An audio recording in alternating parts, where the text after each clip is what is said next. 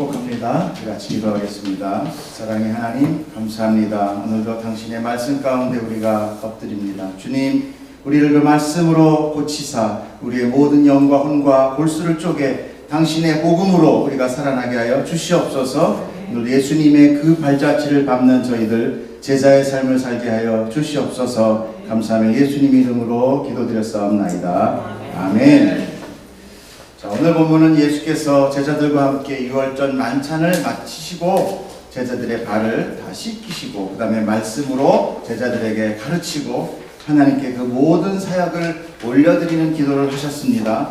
그 기도 가운데는 또 제자들을 위한 기도와 또 모든 믿는 사람들을 위한 기도를 하셨어요. 제자들과 향후 제자들을 위하여 믿게 된 모든 교회를 위하여 기도를 하셨던 거예요. 그리고 우리는 그 교회를 당신의 삼위일체 하나님 안으로 초청하셨다는 것을 우리 지난주에 배웠습니다. 이제 예수님은 말씀을 모두 마치고 기도를 마치시고 제자를 데리고 기드론 시내 건너편으로 나아가십니다. 이제 요한복음은 중요한 얘기는 다 끝났어요. 여러분 다 알고 있는 십자가만 남았어요. 지난 1년 동안 사실 우리 그 사람 교회에서 요한복음을 강의를 했습니다. 계속 이제 거의 막바지에 이제 달한 거죠. 오늘 1절 말씀을 보면은 예수께서 이 말씀을 하시고 제자들과 함께 기드론 시내 건너편으로 나가시니 그곳에 동산이 있는데 제자들과 함께 들어가시니라 라고 말씀하고 계십니다. 그곳은 가끔 예수님이 제자들과 모이시던 장소라라는 그런 부연 설명까지 되어 있습니다. 그러기에 가룟 유다도 그 장소를 알고 있더라. 이거는 뭔가 앞에 이제 일어날 일을 이제 이렇게 예고하고 있는 거죠. 힌트 주고 있는 거예요. 그런데 우리가 잠깐 이렇게 보고 넘어갈 것은 다른 복음서에는 예수님이 기도 다 마치시고 제자들과 만찬 마치시고 어디로 가셔요? 감람산으로 가셨다고요.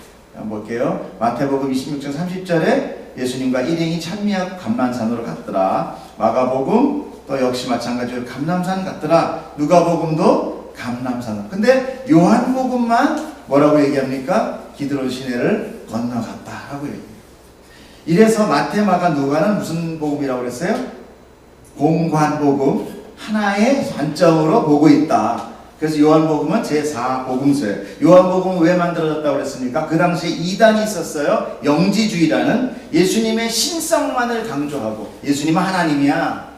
근데 사람은 아니야. 그러니까 그런 십자가를 다 겪었지. 이런 그것도 이단입니다. 두 개가 다 돼야만 이단이 아닌 정통이에요. 이렇게 신성만을 강조하니까 그래서 요한이 요한복음을 통해서 복음을 다시 전한 거예요. 어떤 복음? 예수님의 신성과 인성을 다 강조한 것이 바로 요한복음입니다. 그래서 요한복음 첫 절에 뭐가 나옵니까? 태초에라는 말이 나오죠. 마치 창세기 같은 흐름으로 요한복음이 흘러가고 있다는 게 무엇이냐? 예수님이 하나님이다라는 것을 알려주고 있는 거죠. 특히 예수님의 인성에 특히 나약함을 부인하기 위해 요한복음은요, 이 지금 보통 다들 이렇게 예수님이 만찬 끝나고 그 다음에 잡히시기고 사이에 보통 뭐가 있어요? 겟세마네에 기도가 들어가 있어요. 그렇죠? 예수님이 눈물이 흘러 피눈물이 되고 기도를 하시면서 주여 이 잔을 좀 나에게 지나가게 해주십시오. 이런 기도하죠. 요한복음 요거 싹 뺍니다. 왜? 인간의 나약함에 보이지 않아요. 왜? 그리고 또 이미 복음서에 다 나와 있죠, 그게. 그러니까 요한복음에서는 굳이 그거를 넣지 않았다는 거예요. 예수님의 인간적 고뇌와 약함을 보이는 부분을 의도적으로 삭제하고 있다는 것을 우리는 알 수 있어요. 요한은요, 복음서 내용에서 예수님에 대한 부분을 하나님의 능력과 그 능력을 받아 순종하는 인간 예수 그리스도를 강조하고 있다는 거예요. 요한이 이렇게 감람산으로 향하는 길에서 특별히 어떤 장소, 기드론 시내를 지목한 것은 구약 사건, 구약 시대의 사건을 지금 연결 지으려고 하는 의도가 있습니다. 그것이 사무엘 하에 나와 있어요. 15장 23절 보면 온 땅 사람이 큰 소리로 울며 모든 백성이 앞서 건너가매 왕도 어디를 건너가요? 기드론 시내를 건너가니 건너간 모든 백성이 광야길로 향하니라. 이게 누구냐? 우리가 수요일날 알아봤죠? 네, 수요일날 다윗이에요. 다윗이 왜 일로 도망가게 됐느냐? 바로 셋째 아들 압살롬의 그 반란으로 인하여 부랴부랴 도망하게 됩니다. 더구나 자기의 친근한 모사인 아히도벨이라의 그 장군 있어요. 장군 아히도벨. 그리고 이 사람은 아주 책략가예요. 이 사람의 배반으로 다윗이 더 처절한 마음으로 도망가게 됩니다. 그런데 그 도망가는 길이 바로 어디냐? 기드론 시내를 건너가는 모습으로 나타내고 있다는 거예요. 요한은 이렇게 배신당한 다윗 왕의 모습에서 예수님의 모습을 그려내고 있는 거예요. 예수님도 자기 나라에 와서 그 백성들에게 배신당했죠. 맞아요, 안 맞아요? 자, 요한복음 1장 11절에 보면 자기 땅에 오매 자기 백성이 영접하지 아니하였다. 딱 맞아떨어지죠. 더구나 제자였던 가룟 유다의 배신은 바로 누구의 배신과 같아요? 아히도벨의 배신과 동일하다. 다윗에게 아히도벨은요 두뇌의 플레이나 똑같았어요. 자기 모든 책략, 정책 모든 걸 다 아히도벨에게 들었거든요. 모사예요.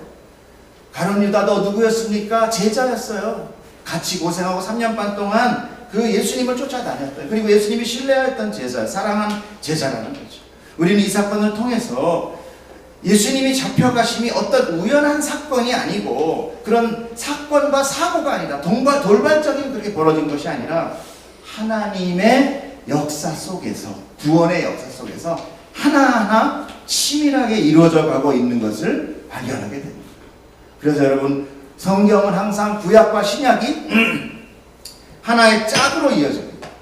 절대 구약 따로, 그리고 구약으로 끝나고 신약은 갑자기 생뚱맞게 태어나는 게 없어요. 그렇기 때문에 우리는 뭘 여기서 우리를 알게 되느냐? 나는 우연히 태어난 것이 아니라는 거예요.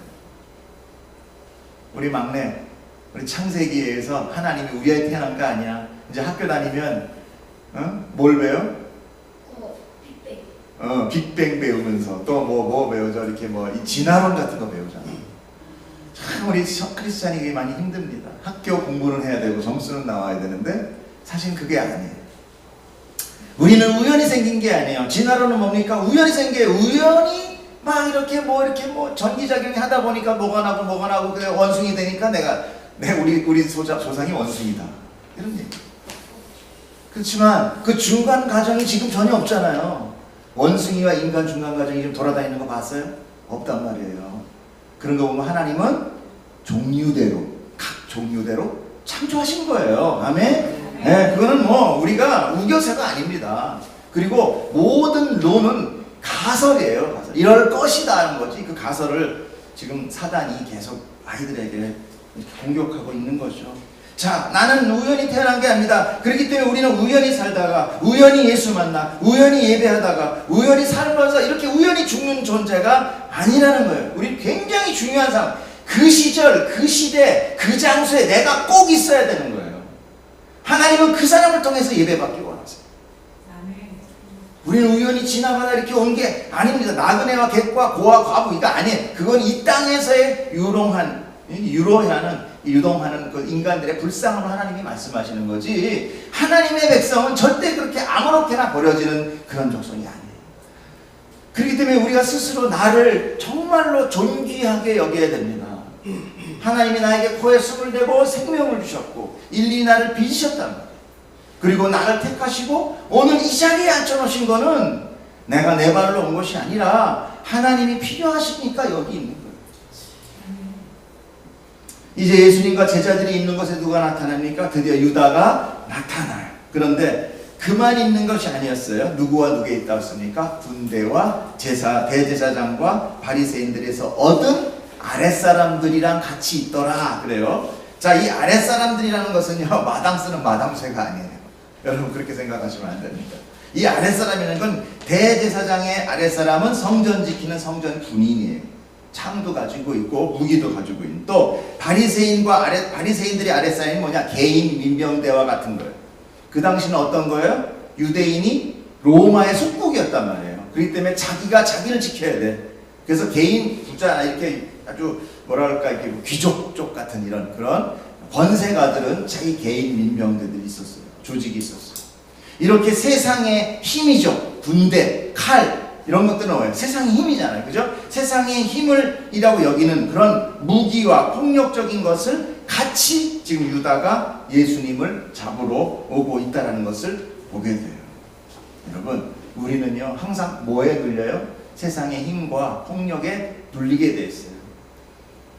이 세상은 그 논리로 형성된 거기 때문에 성도가 그 안에 있으면 아무리 우리가 하나님을 믿고 있다 하더라도 그 세상의 힘에 의해서 우리는 핍박받게 돼 있어요. 그런 걸로 인하여 우리가 다치거나 아니면 건강을 잃거나 아니면 물질을 잃어서 어려운 삶을 살 수 있게 된다는 거예요. 그렇기 때문에 그 원래의 매체가 뭐냐? 하나님으로부터 온 것이 아니기 때문에 두려워하지 말라는 거예요. 그것은 아침 안개와 같이 없어질 거다. 그러니까 네가 그거 가지고 낙심하지 말라는 거죠. 자, 그런데 우리가 여기서 무슨 상황을 보게 되냐면 참 기이해요. 이 말씀 성경 하나하나는 정말 참 독특합니다. 예수 그리스도는 우리가 뭐라고 얘기합니까? 요한복음 1장 9절 한번 보겠습니다. 뭐라고 그래요? 시작. 참빛 곧 세상에 와서 각 사람에게 비추는 빛이다. 그러니까 예수님은 뭐예요? 빛이라는 거예요. 자, 예수님은 빛입니다. 그러니까 예수님이 이 세상에 와서 각 사람에게 빛을 비추죠. 그런데 지금 이들이 뭘 비추면서 누굴 찾으러 왔어요? 횃불을 들고 예수님을 찾으러 왔다는 거예요. 이게 성경에서 참 이 대조적으로 우리한테 이렇게 메시지라는 거예요. 그 태양 같은 예수님을 등불 들고 찾아다니는 인간, 하나님이 보이기 전에 절대 찾지 못합니다. 요한복음 4절 5절 볼게요. 예수께서 그 당한 일을 다 아시고 나아가 이르시되 너희가 누구를 찾느냐? 대답하되 나사렛 예수라 하거늘 이르시되 내가 그니라 하시니라. 그를 파는 유다도 그들과 함께 섰더라. 자, 등불 와가지고 예수를 찾았다는 거예요? 못 찾았다는 거예요? 못 찾았다는 거죠? 그러니까 물어보는 거잖아요. 누구예요? 내가 그 사람이다. 이렇게 얘기하시는 거죠. 태양 앞에 횃불 들고 태양을 찾는 모습이죠. 이게 무슨 의미입니까? 그들은 모두 영적인 장님이다. 예수님이 앞에 있어도 몰라요. 태양은 맨눈으로도, 정상이라면 맨눈으로도 볼 수 있어요. 그런데 이들은 횃불을 들고도 못 찾는, 그게 어둠의 정체성입니다. 예수님 앞에 서면 그 정체가 누군지 딱 드러나요. 그러니까 마지막 날 심판에 어때요? 우리는 예수님 앞에 서면서 내가 뭘 변론하는 게 아니라 그냥 내 정체성이 확 드러나기 때문에 그냥 자기 스스로 천국 갈 사람 가고 지옥 갈 사람 그냥 자기가 알아서 걸어가고, 심판이 그렇게 뭐 인간의 심판같이 1심, 2심, 3심 없다니까요. 그냥 쓰는 순간 아유 나는 지옥이구나 그렇게 간대. 여러분 어디로 가요? 하나님 손 붙들고 하나님 나라로 들어가는 자들이니 얼마나 감사합니까? 우리 그날을 보고 삽니다. 자, 예수님께 찾아온 그들에게 예수님이 뭐라고 말씀하셨어요? 내가 그니라 라고 얘기해요. 자, 이 얘기는 지금 내가 그니라는 영어로 뭡니까? I am who I am. 그리고 신약의 헬라어로는 뭐예요? 에고 에이미. 이게 하나님의 이름이에요 지금. 그 다음에 구약 히브리어는 뭐예요? 하야, 아쉐르, 하야. 약간 이렇게 하야 이렇게 돼요. 그 독일어 같아 약간. 하야, 아쉐르, 하야. 멋있죠? 히브리어를 조금씩 알아놓으면 멋있습니다. 이건 뭐예요? 스스로 있는 자다. 그 모세에게 나타나죠. 불꽃나무에 이렇게 가시나무에 불꽃이 태어나면서 누굽니까 얘기하니까 뭐예요? 나는 스스로 있는 자다. 그것이 뭐예요? 하야 아쉐르 하야라는 거예요. 이렇게 바로 하나님의 이름이 딱 선포되니까 어떤 일이 벌어졌습니까? 요한복음 18장 6절 시작. 예수께서 그들에게 내가 그니라 하실 때 그들이 물러가서 땅에 엎드러지는지라. 이 자세한 얘기는요 요한복음에만 나옵니다. 하나님의 이름이 선포될 때, 예수님의 신적 권위가 나타날 때 어둠이 그들이 두려움에 물려서 엎드려지게 됩니다. 우리 인간은 뭡니까 원래? 어둠이죠. 아담의 죄 이후에 우리는 다 어둠이에요. 하나님이 우리 안에 지금 안에 있기 때문에 우리가 살아. 하나님은 우리에게 세밀한 음성으로 얘기하세요. 왜 세밀한 음성으로 얘기할까요? 알아듣기 힘들게. 얼마나 묵상하기 힘들어요. 좀 세게 얘기해 주시면 얼마나 좋아. 여러분 그게 지금 빛과 어둠의 논리예요. 우리는 지금 빛의 자녀죠. 아멘. 빛의 자녀지만 우리가 지금 어둠의 육체를 가지고 있어요. 그렇죠? 그렇기 때문에 하나님의 그나마 음성을 듣는 거예요. 우리가 흐릿하게나마. 근데 만약에 하나님이 그 큰 신성으로 누구야 이렇게 부르면요 우리는 어둠이라서 어떻게 돼? 이렇게 물러가 엎드렸다던가 죽어요. 빛이 강하게 확 비춰버리면 어둠은 소멸돼 버려요. 아직 우리가 육체가 있기 때문에 우리가 빛된 자녀지만 우리는 지금 하나님의 강한 빛 안에서 우리는 죽어버려요. 그래서 하나님이 세밀하게 얘기하십니다. 그게 얼마나 감사한 사랑인지 우리는 깨달아야 돼요. 하나님 목소리가 작아서, 하나님 감기가 오셔서 힘들어서, 나이를 너무 많이 드셔서 말씀하시기 힘들어서 이렇게 세밀한 얘기하시는 게 아니에요. 우리를 위해서 긍휼한 마음, 사랑으로 보호하시는 깊은 하나님의 사랑을 우리가 보게 되는 것이죠. 요한복음 7장 8절 한번 보겠습니다. 이에 다시 누구를 찾느냐 물으신대 그들이 말하되 나사렛 예수라 하거늘. 왜 나사렛이라는 건 왜 그래요? 저 뭐야 산동네 예수 이런 거랑 똑같아요. 나사렛은 아주 외진 곳이었거든요. 가난한 동네란 말이에요. 그러니까 예수를 비하할 때는 뭐라고 불러요? 나사렛 예수 이렇게 부르는 거예요. 지금 뭐야? 나사렛 예수. 그 비하해서 부르는 거죠. 자, 나사렛 예수를 찾으라. 예수를 한다. 예수께서 대답하시되 너희에게 내가 그니라. 또 이렇게 말씀하십니다. 나를 찾거든 이 사람들이 가는 것을 용납하라. 근데 왜 이때는 안 넘어갔을까? 이때는 신적 권위로 확 얘기하신 게 아니라 일반적인, 우리 아까 세밀한 음성이라고 그랬지. 그렇지 평범한 말로 얘기해요. 그러니까 여기서 하나님, 예수님이 탁 얘기할 때는 예수님의 뭐가 나타납니까? 인간적 울분이 나타나는 거죠. 왜? 평소에 그렇게 같이 막 얘기할 때 아무렇지도 않다가 지금 갑자기 검과 뭉치 들고 오니까 화나요? 안 나요? 이게 신의 분노죠. 어떻게 보면. 그러나 예수님 다시 컴다운 하시고 이렇게 조용히 얘기하십니다. 나 잡아가라. 예수님께서는 분명히 찾는 이가 자신이라고 말씀하세요. 그리고 사실 이건 몇 번 얘기하십니까? 똑같은 거 2번 얘기하셨죠. 왜 2번씩 물으셨을까? 신학자들이 이렇게 얘기합니다. 예수님은 지금 어떤 사건을 성취함에 있어서 책임과 의무를 가지고 있다라고. 무슨 얘기예요? 이 십자가 사건에 저 맹인들이 다른 사람 잘못 잡아가면 안 된다는 거예요. 틀림없이 내가 죽어야 된다라는 하나님의 기필코 십자가를 지고야 말겠다는 결연한 의지예요. 여러분, 우리 어렸을 때 조그만 거 도둑질 안 해본 사람 없을 거예요. 그때 네가 도둑질해 그러면 나야 라고 얘기하기도 쉽지 않지만 2번 얘기하기 쉽지 않습니다. 지금 예수님은 뭘로 잡혀가는 거예요? 유대인의 반기득권 세력의 반대편 쪽에 악한으로, 강도로 잡혀가는 거예요. 일종의. 예수님이 지금 자기를 2번이나 이렇게 나타냈다는 것은 정말 대단한 것입니다. 예수님은 하나님의 뜻과 그분의 사랑하는 백성을 위하여 기꺼이 그 십자가의 길을 가시겠다는 거고 가신 거예요. 주님은 자신을 잡아가는 대신에 제자들을 놓아주라고 얘기합니다. 참 멋진 모습이죠.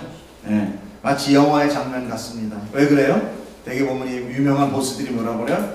나를 잡아가고 이 아들은 놔줘 이러잖아요. 예수님도 아주 멋진 이야기를 하세요. 역시 슈퍼스타 크라이스트 지저스 크라이스트예요. 그런데 거기에는 복음적인 의미가 들어가 있습니다. 자, 지금 예수님은 모든 사람들의 죄를 대속하기 위하여 죽으러 가시는 거 맞죠? 십자가라는 것은 죄는 사람들을 사망으로 묶어버렸습니다. 예수님은 바로 그 모든 사람의 저주를 홀로 다 감당하시고 자기를 믿는 자, 제자들이죠, 에게 자유를 선포하고 계시는 거예요. 즉 이제 예수님의 잡혀가심은 대속적인 구원 사역이라는 것을 보여주는 거예요. 내가 잡혀감으로 이들은 자유다를 선포하는 거예요. 무슨 얘기인지 아시겠죠? 내가 하는 사역은 이제 이들을 자유하게 하기 위한 내가 대속해서 죽는 것이다 라는 것을 설명하는 거예요. 여러분, 지금 요한복음의 이 한마디 한마디 제가 전부 다 설명하고 있는데 여러분 이렇게까지 보신 적 있어요? 이렇게 성경 말씀 하나하나는 그 안에 깊은 뜻이 있습니다. 그래서 여러분들 예배 가운데 말씀을 보시고 같이 성경 공부도 하시고 해야 돼요. 우리 아들이, 저희 아들이 지난주에 성경 1등! 아멘!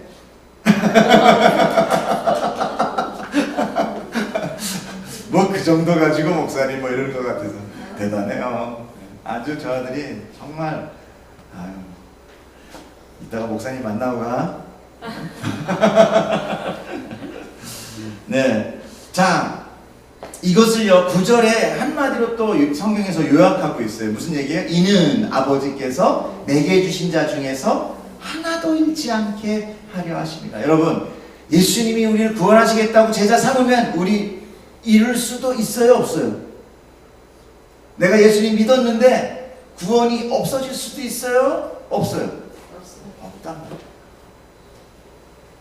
그래서 교회 안에는요, 뭐 진리는 아니지만 교회 안에는요, 천사 같은 성가대 안에는 사기꾼 성도도 있어요. 거짓말 성도도 있어요. 가짜만 아니면 돼. 그러니까 교회도 이렇게 그런 걸로 믿으시면 안 돼요. 그럼 실족해. 그런 사람들 많죠. 교회 왔는데 사람이 네 정말 교인이 저 사람 저렇게 찬양 잘해서 그런데 알고 보니까 아니더라. 그러니까 사람은 어떤 사람? 다 육신을 가진 그러니까 예수님이 죽었죠. 그 사람이 천사 같으면 예수님 뭐하러 죽으셔요? 그러니까 우리가 너무 사람을 의지한 거죠. 하나님 의지해야 되는데. 그래서 사기꾼 교인도 있고요. 도둑놈 교인도 있고, 아주 정치 잘못하시는 분도 여러 가지 있는 거예요. 그러니까 그런 거를 가지고 기이하게 생각하지 마세요. 그분들을 다 어떻게 나중에 완전하게 바꿔주시는 게 성령 하시는 거예요. 다들 그렇잖아요. 우리도 자손이 이렇게 이렇게 있지만 여러분들한테 제 속을 내보이면 저는 창피하고 그냥 부끄러워서 이 자리 못 쓰죠. 어떤 깨끗한 사람이 있겠어요? 주님은 자신을 잡아가는 대신 제자를 놓으라고 이야기합니다. 참 멋진 모습 같지만 그러나 그 안에는 이렇게 복음적인 의미가 있었다. 그리고 모든 자들을 다 구하기, 한 명도 잃지 않겠다. 내가 너와 끝까지 함께 하리라라는 이 말씀을 성취하신다는 거예요. 요한복음 10장 11절 보시겠습니다. 18장 10절 11절. 자, 이에 시몬 베드로가 칼을 가졌는데 이것을 빼어 대제사장의 종을 쳐서 오른편 귀를 베어버리니 그 종의 이름은 말고라. 예수께서 베드로에게 이르되 칼집에 꽂으라. 아니, 언제 베드로가 칼을 갖고 다녔고 갑자기 생뚱맞게 이 사건은 도대체 왜 나타나나에 대해서 여러분 궁금하신 적 있어요, 없어요? 훌륭하십니다. 저는 궁금했어요. 아니, 예수님 같이 하는데 갑자기 베드로가 칼을 꺼내는 것도 아니고 갑자기 성경에 예화가 나오다 갑자기 무슨 무협지가 나오는 것도 아니고 도대체 이 얘기는 왜 껴있나? 베드로가 원래 좀 이렇게 성향이 급한 거는 있어요. 근데 그 칼이 갑자기, 그럼 제자들도 칼을 가지고 다녔나? 자, 예수님을 잡으려 하자 베드로가 칼을 가지고 대제사장의 종을 칩니다. 대제사장의 종의 귀를 잘라요. 이 예수님, 이 칼을 가진 것은 누가 칼을 갖게 했느냐? 예수님이 칼을 가져오라고 했어요. 누가복음 22장 36절 볼게요. 자, 이르시되 이제는 전대에 있는 자는 가질 것이요 배낭도 그리하고 검 없는 자는 겉옷을 팔아서라도 사라. 제자들에게 얘기한 거예요. 그랬더니 뭐라고 얘기해요? 베드로가 여기 검 둘이 있습니다. 하나 지 거고 하나 어디서 떠나봤겠죠. 그러니까 그러면 됐다라고 해요. 그 검이에요. 그런데 그 뒷절에 이야기가 나옵니다. 37절 볼게요. 내가 너희에게 말하노니 기록된 바 그는이 누구예요? 예수 그리스도예요. 그는 불법자의 동류로 여김을 받았다 한 말이 내게 이루어져야 하리라 라고 얘기해요. 뭐가 된다고요? 불법자로 된다는 거예요. 강도가 돼야 된다. 내가 강도로 붙잡혀 가야 된다라는 얘기예요. 이 참 특이하죠. 예수님은요, 불법자로 죄를 진 채 강도와 같이 잡혀가야 된다. 그래서 마치 불법자같이 전대도 있고 배낭도 있고 검도 가지게 됩니다. 그러니까 검으로 누구를 때리려는 게 아니라 자기가 뭐가 돼야 돼? 어떤 메시아적인 게 아닌 죄인으로서 잡혀가야 된다니, 강도로서. 예수님이 십자가에 의인으로 돌아가셨습니까? 아니면 강도로 돌아가셨습니까? 강도는 아니지만 죄인으로 돌아가셨습니까? 죄인이죠. 만약에 의인으로 돌아가셨다면 우리와 관계 있어요, 없어요? 관계 없단 말이에요. 그러니까 예수님은 의인인데 칼 같은 거를 소품을 가져와서 그 사람들로 하여금 내가 죄인이게 되게 합당하게 만들었다는 거예요. 이게 정말 참 의도적인 거예요. 예수님 아주 작정한 거예요. 우리한테 목숨 주려고. 무슨 얘기인지 아시겠죠?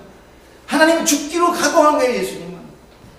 그리고 내가 거룩하게 나 예수야, 나 메시아인데 내가 억울하게 죽어가 아니라 저놈 죽어서 마땅하다 한 거예요. 그게 왜? 내 죽음이니까. 그게 우리의 죽음이잖아요. 우리 안에 있는 거 들춰내보세요. 얼마나 더러워요. 이 안에 그냥 미움과 삭독과 살인과 얼마나 많이 더러운 것들이 나와요. 이거 대신 하나님이 다 짊어지고 들어가신 거예요. 그러기 위해서는 어떻게 했어요? 예수님이 죄인이 돼야만 했다는 거예요. 이해가 가시죠? 무슨 얘기인지. 이 예수님의 사랑 앞에 그 무엇을 우리가 뭘 더 달라고 얘기할 수 있어요? 저는 이 이야기 때문에 정말 눈물이 나요. 내가 무슨 기도를 했나? 뭘 달라고 했나? 참 부끄러워요. 예수님 앞에서 그 철저하고 정말 아주 세밀한 모든 소품까지도 우리를 위하여 다 준비하신 거예요. 아주 정말 죽기로 정말 작정만 했을 뿐이 아니라 치밀한 계획까지 세우시고 계시는 거예요. 근데 우리가 구원받은 성도라면서 그분을 너무 몰라요. 그게 참 예수님은 안타까울 것 같아요. 알아달라는 건 아니지만 그래도 우리가 믿는 그분은 누군지, 어떻게 돌아가셨는지, 왜 돌아가셨는지 그건 알아야 되잖아요. 그래 우리 안에 그 믿음이 있잖아요. 오늘 유기선 목사님 내가 설교 잠깐 듣다가 보니까 무슨 얘기가 나왔냐면 하나님을 내 안에 주님 내 안에 모신 사람은 다 내 안에 모셨는데 정말 주인으로 모셨느냐 손님으로 모셨느냐. 내 안에 능력이 아니라는 것은 뭐냐? 주인으로 모시지 않았다는 거예요. 손님으로 모셨다는 거예요. 그게 나에게 아무런 능력이 없다는 거예요. 여러분이 예수 그리스도를 주로 모시기를 축복합니다. 그래야 예수님의 능력이 나타나는 거예요. 내 능력 아니에요. 자꾸만 내가 막 기도 열심히 해서 야 이제 나오는구나 성경을 달달 외워서 나오는구나가 아니라 내 안에 예수님의 능력이 내 바깥으로 나오게 되는 거예요. 예수님은 그렇게 칼을 지니고 불법자로 잡혀가신 겁니다. 베드로가 혈기로 자기 힘으로 그들을 하겠다고 나선 것은 뭐예요? 그건 인간의 모습이에요. 언제나 늘 하나님보다 앞서서 자기의 힘을 내미는 것이 인간이에요. 늘 세상과 싸우겠다고 하면서 우리는 뭐예요? 내 힘을 내시고 예수님을 의지하지 않아요.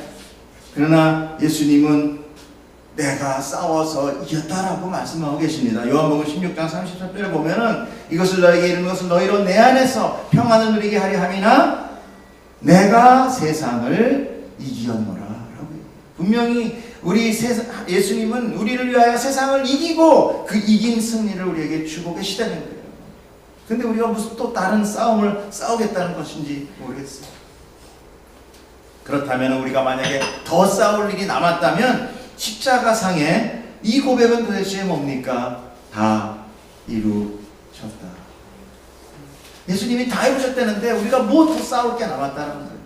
아니, 우리는 그 예수님을 알고 그분의 사랑을 우리가 깨달아 아는 것만이 남은 거예요. 그래서 그분이 내 안에 손님이 아닌, 내 안에 한번 찾아왔다 가시는 분이 아닌 진정한 주인 아도나이로 고백되는 것, 이것이 우리에게 남은 선한 신앙생활이요 성도의 싸움인 거예요. 이거의 싸움인 거예요. 이미 사단과 싸움은 예수님이 승리하신 겁니다. 성도는 그 승리한 싸움을 그냥 예수님에게 받아 누리면 돼요. 우리는 섣불리 인간의 도덕이나 선으로 하나님을 하려고 합니다. 오히려 하나님을 그것이 막아서는 거예요. 그래서 베드로가 예수님 뭔 소리예요? 십자가 죽으면 안 돼요. 내가 하고 딱 막아섰을 때 뭐래? 사단아 물러가라 라고 했어요. 우리가 인간의 도덕과 선으로 나설 때 그것은 바로 사단의 일이 된다는 거예요. 여러분, 시대가 혼란스럽습니다. 주변에 온통 자기 유익만을 챙기려는 이기주의와 검은 세력 사이에서 우리는 어려움을 겪게 될 거예요. 안 겪는 사람 아무도 없습니다. 너희는 세상에서 미움을 받으나 고난을 받으나 계속 말씀하고 계세요. 여러분, 성경을 보십시오. 우리에게 계속 평안이 있다? 아닙니다. 고난이 있다고 얘기하세요. 우리는 하나님의 나라 할 때까지 고난 받게 돼요. 세상은 힘의 싸움의 각축장이에요. 잔인하고 몰인정하고 살인하며 죽이는 곳입니다. 그래서 하나님은 이 죄로 물든 이 세상을 멸하실 거예요. 그리고 자기 백성을 그곳에서 구원해 내실 겁니다. 아멘. 하나님 나라를 새로 창조하셔서 하나님 나라 안에 백성들을 다 집어넣으실 거예요. 아멘. 여러분, 그걸 믿으십니다. 그것이 성경의 이야기고 그 절정으로 나오는 것이 요한계시록입니다. 두려워하지 마십시오. 이 세상의 삶은 마치 미술과 같다고 했습니다. 우리 모두 믿음을 붙들고 우리 주 예수 그 사랑을 정말 죽기까지 사랑하신 그 사랑을 잊지 말기를 축복합니다. 기도하겠습니다. 하나님, 당신의 사랑 어찌하여 나같이 불의한 자에게 쏟아 부으십니까? 하나님, 이거 낭비 아닙니까? 하나님, 감사합니다. 내 안에서 감사가 진정으로 나오게 아버지, 나의 모든 악함을 걷어가 주시옵소서. 예수 그리스도가 나의 악함을 대신하여 다 돌아가셨음에도 불구하고 하나님, 저는 계속 악하고 미워하고 시기하고 질투하며 세상을 부러워. 하나님이 어찌 된 일입니까? 하나님, 내 안에 들어오셔서 손님 아닌 주인으로 아버지와 고백되게 주여 도와주시옵소서. 부족한 저희들 붙드셔서 우리가 주님의 삶, 당신의 그 제자의 삶을 넉넉히 사워 이겨 행할 수 있도록 주님 인도하여 주시옵소서. 모든 것 감사하며 예수님 이름으로 기도드렸사옵나이다. 아멘.